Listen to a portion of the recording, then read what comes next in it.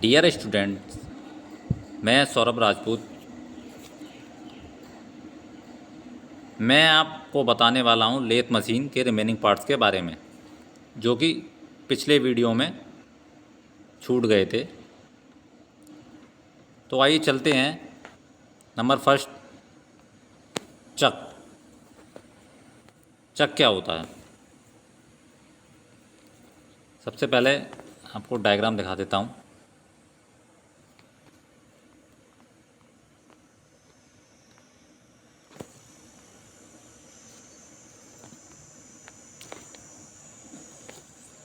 आप ये आप पोर्शन देख रहे हैं,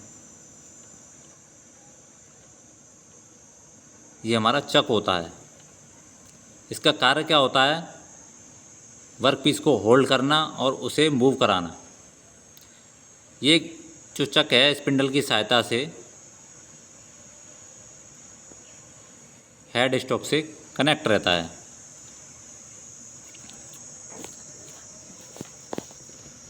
अब लेथ मशीन पर वर्क पीस को पकड़ने के लिए और घुमाने के लिए हम चक का यूज़ करते हैं। यह एक महत्वपूर्ण साधन होता है जॉब को घुमाने के लिए। जॉब या वर्क पीस कुछ भी कह लो। चक की सहायता से कम लंबाई तथा सिलेंड्रिकल अनियमित आकृति के वर्क पीस को मशीन पर इजीली पकड़ा जाता है। लेथ स्पिंडल के चूड़ीदार सिरे पर बोल्टों की सहायता से चक को लगाया जाता है। यहाँ स्पिंडल होता है, इसको मैंने आपको दिखाया नहीं है शायद अभी। यहाँ एक स्क्रू की सहायता से, सेट स्क्रू की सहायता से इसको लगाया जाता है। चक के पिछले भाग में चूड़ियाँ कटी रहती हैं, जिनकी हेल्प से इसे स्पिंडल पर कसा जाता है और सेट स्क्रू द्वारा लॉक कर दिया जाता है।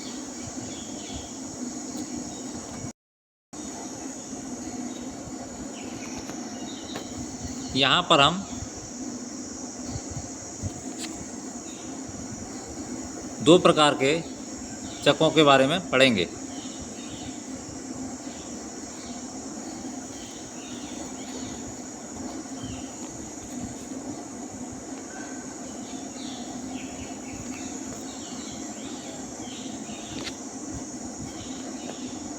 नंबर फर्स्ट, थ्री चक and number second, four Chak.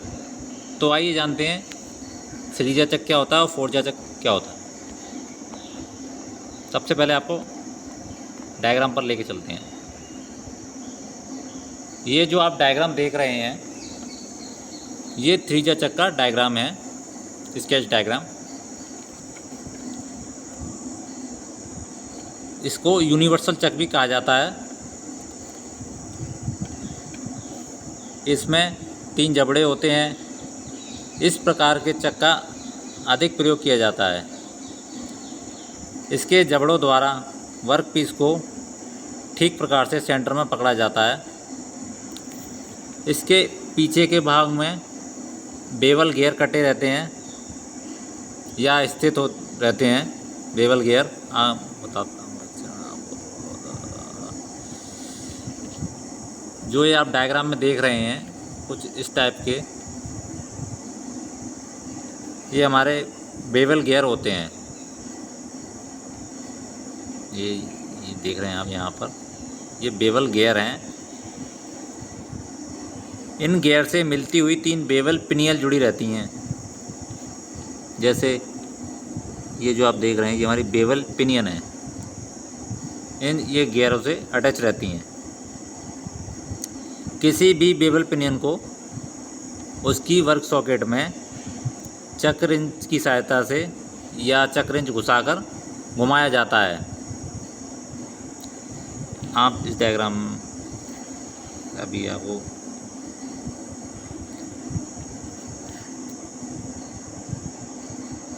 Work socket के बारे में आपको वर्क सॉकेट क्या है दिखाता हूँ मैं अभी आपको। जो ये आप इस पहले वाले डायग्राम में देख रहे हैं, ये इसकी वर्क सॉकेट होती है। ये स्क्वायर लिखा है ना, इसके अंदर कुछ इस टाइप में खांचा कटा रहता है, स्क्वायर टाइप में, इसीलिए इसे स्क्वायर सॉकेट कहा जाता है।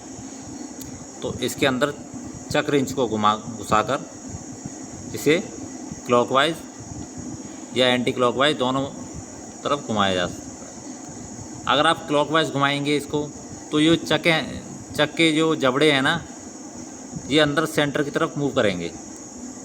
और जब चक रिंच को आप एंटी क्लॉकवाइज घुमाओगे, क्लॉकवाइज घुमाने पे जबड़े जो हमारा जॉ है उसके सेंटर की तरफ स्लाइड करते हैं। जब आप इसको एंटी क्लॉकवाइज घुमाओगे तो जबड़े सेंटर से बाहर की ओर मूव करते हैं।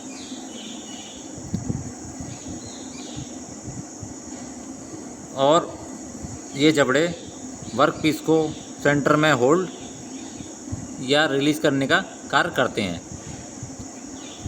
जो ये चक है, ये हमारे जॉब का सेंटर है, स्वतः ही मिला लेता है। इसीलिए इस चक का नाम सेल्फ सेंटर चक भी रखा गया है। अगर इसका एक जबड़ा मूव करेगा तो इसके बाकी के दोनों जबड़े भी उतना ही मूव करेंगे जितना पहला जबड़ा मूव करेगा। ठीक है, तो आइए अब चलते हैं।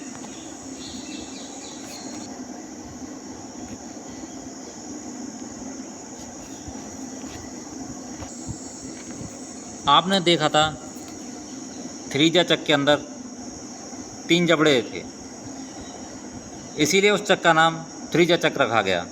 इसी प्रकार 4-जा चक में 4 जबड़े होते हैं। इसमें क्या होता है, प्रत्येक जबड़े को अपने चक के स्लॉट में आगे या पीछे चलाने का प्रबंध होता है। इसीलिए इस चक को इंडिपेंडेंट चक भी कहा जाता है, क्योंकि इसके जो जबड़े होते हैं वो किसी दूसरे जबड़े के ऊपर निर्भर नहीं करते। वह स्वतंत्र रूप से अपने स्लॉट में अपने हिसाब से आगे पीछे सरक सकते हैं। जबड़ों को चलाने के लिए इनके पीछे भी चूड़ियाँ कटी रहती हैं। चक में लगे स्क्रू को चक रिंच की सहायता से या चक रिंच द्वारा घुमाकर जबड़े को आगे पीछे सरकाया जा सकता है। ज़रूरत के हिसाब से जबड़ों को उल्टा करके भी एडजस्ट किया जा सकता है। इससे क्या होता है, जो बड़े साइज़ के वर्कपीस होते हैं उनको बाहर या अंदर से या बाहर से दोनों प्रकार से पकड़ा जा सकता है। इन चकों का प्रयोग वर्गाकार, अष्टभुजाकार, अनियमित आकृति, इस प्रकार के वर्कपीस के पकड़ने में होता है। थ्री-जा चक की अपेक्षा इसकी जो होल्डिंग कैपेसिटी होती है वो अधिक होती है, परंतु थ्री-जा चक की अपेक्षा इन पर वर्कपीस को जो वर्कपीस का सेंटर में लाने में टाइम लगता है, या ये कह लो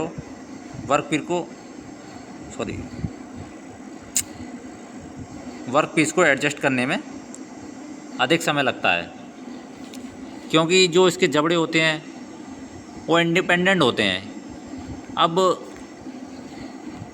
थ्री-जा चक में क्या था, अगर आपका एक जबड़ा मूव करेगा तो तीनों जबड़े बराबर ही मूव करेंगे। अगर एक जबड़ा बाहर की तरफ जाएगा तो बाकी 2 जबड़े भी बाहर की तरफ जाएंगे।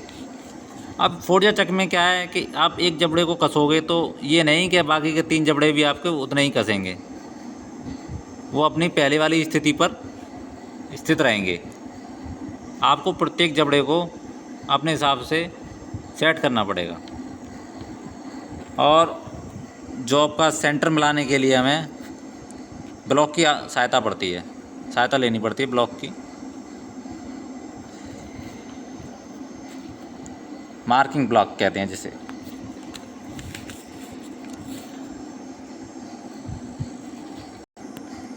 नेक्स्ट पॉइंट है हमारा फीड रॉड। फीड रॉड आइए आपको दिखाते हैं पहले फीड रॉड मशीन में कहाँ होती है।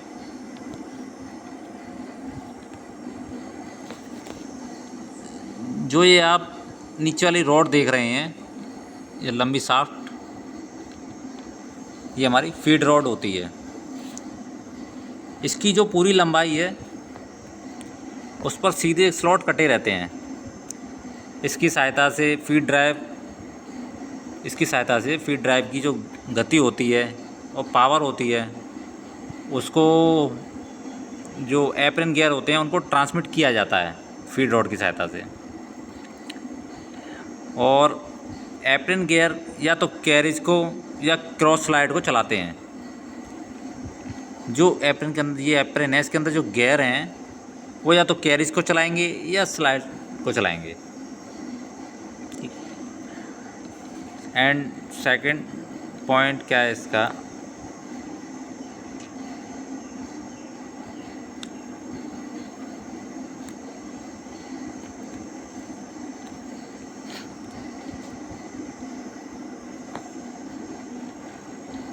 नेक्स्ट है lead screw. Lead screw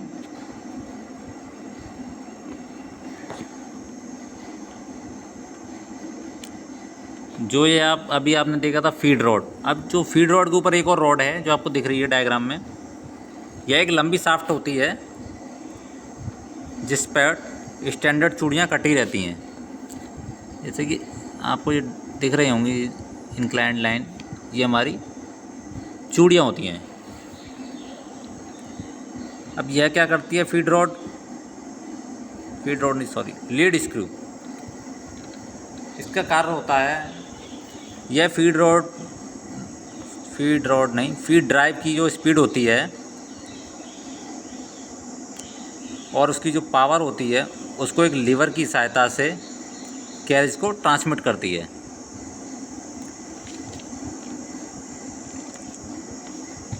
mainly lead screw का जो यूज़ होता है वह थ्रेड कटिंग के लिए होता है, क्योंकि जब हम थ्रेड काटते हैं तो जो हमें कैरेज है उसको हमें ऑटोमेटिक चलाना पड़ता है। ये दोनों साइड मूव कर सकती है कैरेज, लेकिन उसको मूव कराने के लिए फॉरवर्ड या रिवर्स उसको मूव कराने के लिए लीड स्क्रू की सहायता लेनी पड़ती है।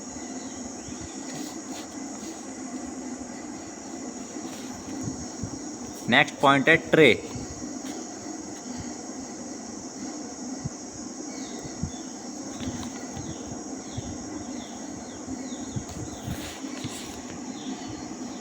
जैसे कि आपको डायग्राम में दिख रही है ये प्लेट नुमा,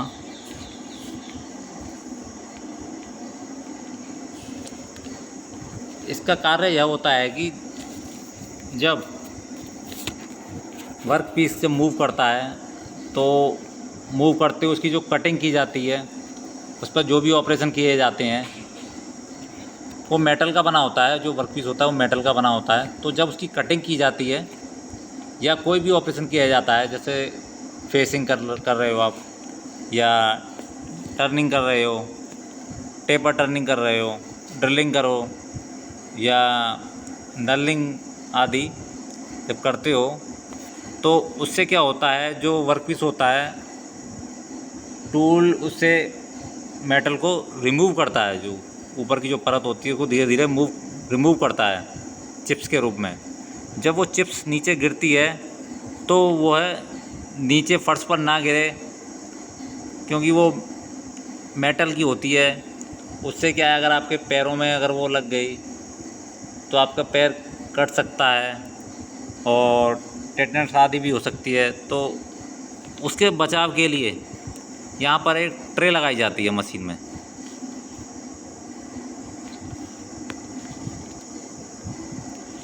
तो जब वर्क पीस से मेटल रिमूव होता है तो वह इस ट्रे में गिरता है और इकट्ठा हो जाता है, जिससे क्या है फर्श पर वह नहीं जा पाता। तो ट्रे का यही कार्य होता है कि जो उसकी चिप्स हैं या छीलन है उनको नीचे ना गिरने देना और एक जगह इकट्ठा करना। नेक्स्ट पॉइंट है लेग्स। लेग्स क्या होते हैं? लेग्स तो आप जानते हो काफ़ी लोग, टांगें।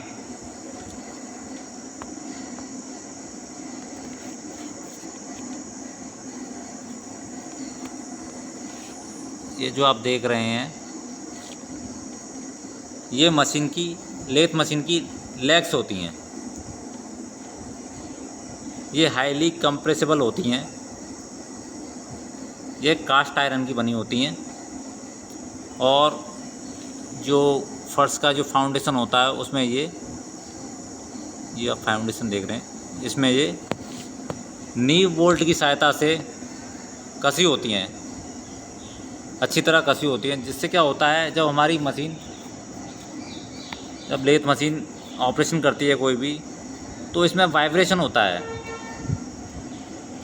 तो इस वाइब्रेशन को रोकने के लिए हम नीव बोल्ट की सहायता से इनको अच्छी तरह फाउंडेशन में कस देते हैं, जिससे कि ऑपरेशन के समय मशीन की कैरेज, टूल पोस्ट या slide, cross slide, compound slide, ये वाइब्रेट ना करें।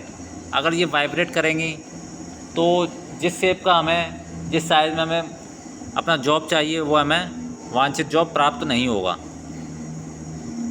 तो इससे बचने के लिए हम लेग्स को नी बोल्ट की सहायता से फाउंडेशन में अच्छी तरह अटैच कर देते हैं। आज की वीडियो में बस इतना ही।